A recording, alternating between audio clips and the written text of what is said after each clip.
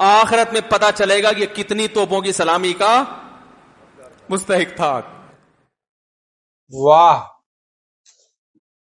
تو مفتی طارق مقصود صاحب ہے, ٹھیک ہے, ان کے بہت فین ہیں اور ابھی حال ہی میں ہم ان کی ویڈیو دیکھنا سٹارٹ کیا تو ان کی بہت ریکویسٹ آ رہی ہے. ان سے پہلے ہمارے پاس انجینئر صاحب کی بہت ریکویسٹ آتی تھی, لیکن اب ان کی زیادہ ریکویسٹ آ رہی ہے کہ بھائی ان کی ویڈیو پہ ریئیکشن دو, ٹھیک ہے. تو ایک اور ویڈیو ہے یہ والی, ان کی ایموشنل ہے تھوڑی ویڈیو, ہمیشہ ہم سب کہتے ہیں بھائی ہنسی مذاق کی دیتے ہو, ان کی ایموشنل ویڈیو بھی ہے تو وہ بھی لایا کرو ہیں. تو کیونکہ یہ صرف کامیڈی نہیں کرتے, دین کی بھی تو باتیں کر رہے ہیں نا, تو ایموشنل بیان بھی ہے ان کے, تو ویڈیو کو سٹارٹ کرتے ہیں.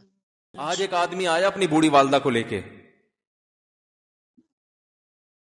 وہ والدہ بیچاری بیمار تھی, بوڑھی تھی. مجھے کہنے لگا میری والدہ ہیں بیچاری پریشان ہیں, اب ان کو وہم ہو گیا, ان پہ کوئی جادو تو نہیں ہو گیا ہے. میں نے اس کی والدہ کو دیکھا, بہت تکلیف میں تھی بیچاری, گھٹنوں کی تکلیف اور بڑھاپے کی تکلیف. تو میں نے اس نوجوان کو دیکھا, میں نے کہا یار آپ ان کی خدمت کر رہے ہو؟ کہہ رہے میں اکیلا ہی ہوں خدمت کرنے والا. میرے لیے نا اپنے جذبات پہ قابو رکھنا مشکل ہو گیا. تو میں نے اس کے کندھے پہ ہاتھ رکھا. ظاہر انسان تنگ آ جاتا ہے نا, ایک بوڑھی ماں کی 24 گھنٹے کی, اور میری اس کی ماں کی حالت کو دیکھ کے مجھے اندازہ ہو گیا کہ اس کی خدمت آسان نہیں ہے, اس کی سننا بڑی مشکل ہے. ظاہر بوڑھا ہے بیچارہ, بوڑھا تو بولتا رہے گا, اور اس کو چاہیے کہ کوئی سنے. اتنا دیر سننا, پھر اس کو برداشت کرنا. بالکل بالکل. تو میں نے اس کے کندھے پہ ہاتھ رکھا, میں نے کہا میرے بھائی ایک سیکنڈ جو آپ برداشت کر رہے ہو نا, ایک سیکنڈ خدا کی قسم حج اور عمرے سے بہتر ہے. اس کو ہلکا نہ سمجھنا, اس کو بوجھ نہ سمجھنا. اللہ بہت نوازے گا تمہیں اس خدمت پہ.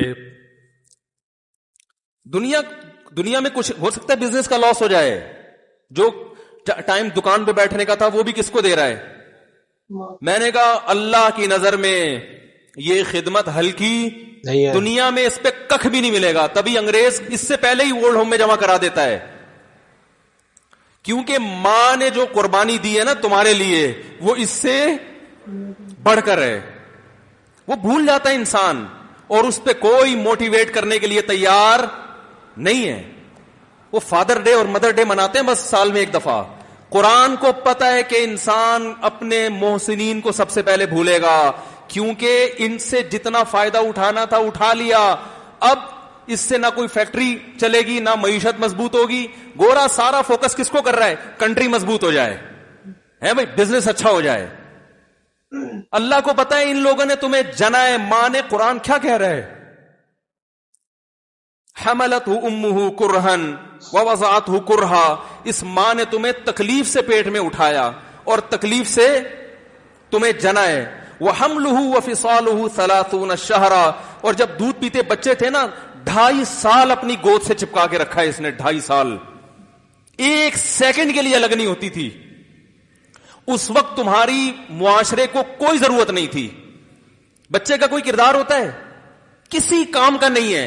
پھینک کے چلی جاتی, کوئی پوچھنے والا نہیں تھا. عیدی سینٹر میں جمع کرا دیتی. کیسے پالتی ہے, کیسے سینے سے لگا کے رکھتی ہے. اور کتنا بڑا رشتہ ہے ماں کا بھائی. دنیا میں اس سے بہترین رشتہ اللہ نے کسی کا خدا کی قسم بنایا نہیں ہے. اس سے بہتر محبت کی اور خدمت کی مثال ملتی نہیں ہے دنیا میں, جتنی ماں اپنے بچے کے لیے کرتی ہے.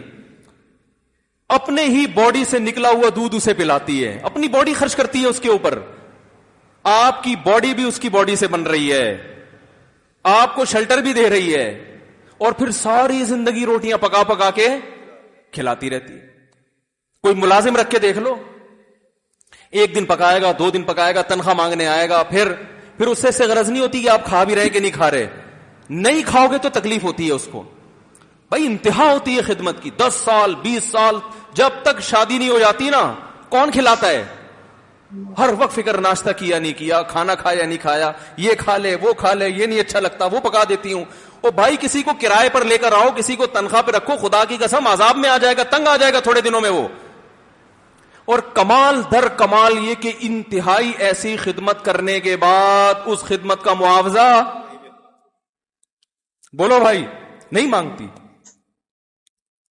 تو جب وہ بوڑھی ہوتی ہے تو انسان وہ سارا پروسیس, بولو بھائی, بھول جاتا ہے. اب اس کو یہ بوجھ لگتا ہے, کھانس رہی ہے, گھٹنوں میں تکلیف ہے. میں ایک اکثر واقعہ سناتا ہوں نا, کہ ایک بوڑھے نے اپنے بچے سے پوچھا,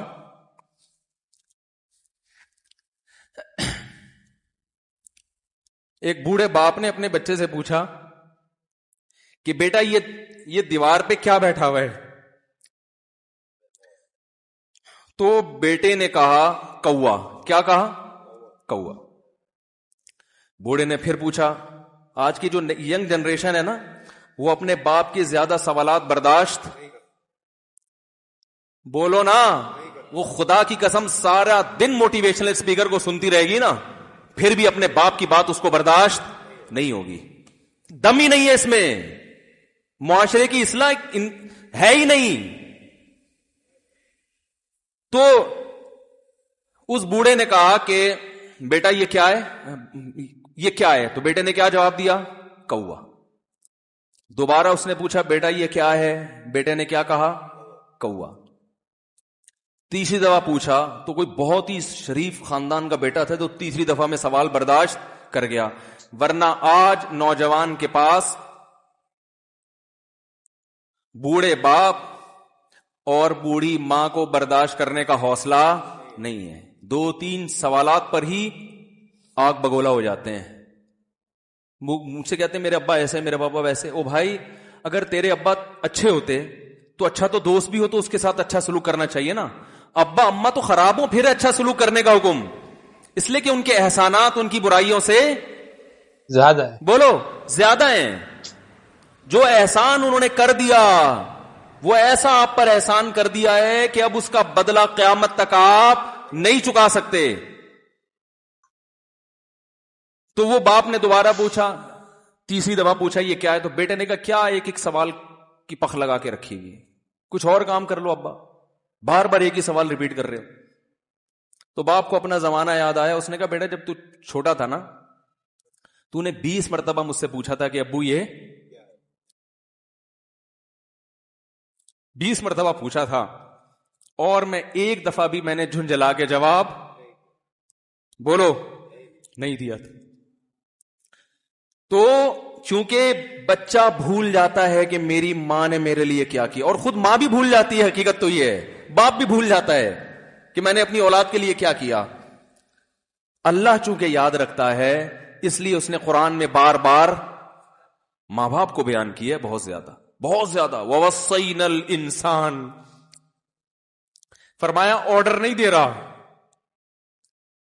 حکم نہیں دے رہا, وصیت کر رہا ہوں. جیسے کوئی مرتے ہوئے دنیا سے جاتا ہے نا, ایسے وصیت کر رہا ہوں, حکم نہیں. وصیت حکم سے بڑھ کر چیز ہے کہ ان کو نہیں بھولنا ہے, تم نے ان کو نہیں بھولنا ہے.